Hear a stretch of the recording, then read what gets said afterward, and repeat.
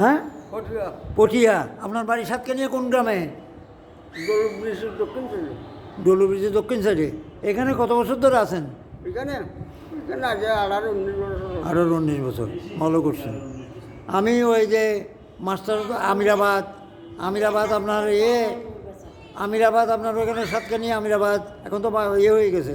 ওই আমিরাবাদে কিন্তু আপনার মহেন্দ্রলাল ভট্টাচার্য আমার ঋত্বিক, উনি ঠাকুর থাকাকালীন তৃতীয় ঋত্বিক আর কি, চট্টগ্রাম বিভাগের। আর এখানে যে গুরুর ফটো রেখেছেন, খুব ভালো করছেন।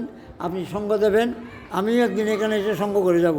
এরা তো ঠাকুরের দীক্ষা নিয়ে কিছু পালন করে না, এটা পালন করে না, পালন করে না বিদায় তো এদেরকে বুঝাবে না। এরা M A pass, BA pass, অনেক ডিগ্রিধারী। আমি আগে দিয়েছিলাম, হ্যাঁ দীক্ষা আগে দিয়েছিলাম, হ্যাঁ দেখেছি তারা মূল্যায়ন করে।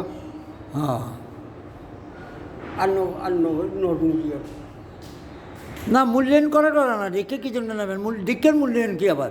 দীক্ষা আপনি যা মাধ্যম, আপনি সাহায্য করেন, দীক্ষা তো আপনি দেন না। দীক্ষাতে ঠাকুর, আপনি কি ঋত্বিক? তো আপনি কী করে দীক্ষা দেবেন? আপনি যার জন্য উদ্বুদ্ধ করবেন। বড় আশ্রম মশাই জানা গেছে। এখন যদি এ ব্রাহ্মণটার আমি ধর্ম সম্বন্ধে জানি না, ব্রাহ্মণ পৈতাধারী যদি বলি, আমি পট করে যদি বলি যে ব্রাহ্মণও তো মাছ মাংস খেতে পারবে না, তাহলে হবে না। তাহলে আমার সমাজ চলবে? ওনাকে আঘাত দেব? ওনার যে জ্ঞান বুদ্ধি আছে, এখানে আমার শিখতে হলে আবার 20 বছর লাগবে।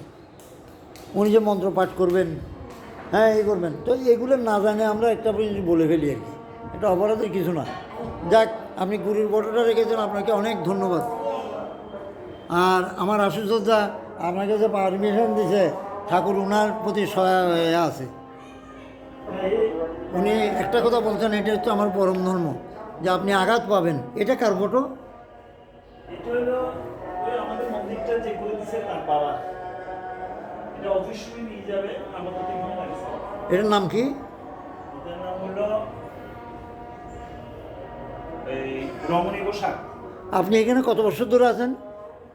আমি আছি যে এমনি এখানে পূজা করতে 2008 থেকে। 2008 থেকে ধরো। আগে থেকে এখানে আছি, তখন আমার বাবা করতো। ও, আপনার বাবার নাম কি ছিল? বিশ্বেশ্বর চক্রবর্তী। বিশ্বজিৎ চক্রবর্তী। দেখছেন লম্বা করে ফর্সা করে। ও আচ্ছা আচ্ছা ওই বাবাই করতো। আমি একটা হাই স্কুলে জব করতাম। আচ্ছা আচ্ছা আচ্ছা। ওর বাবা মারা যাওয়ার পরে এখানে স্কুলে। যাক দাদা, আমি আসবো একবার, যদি ঠাকুর যদি করে আমি একটা প্রোগ্রাম করব।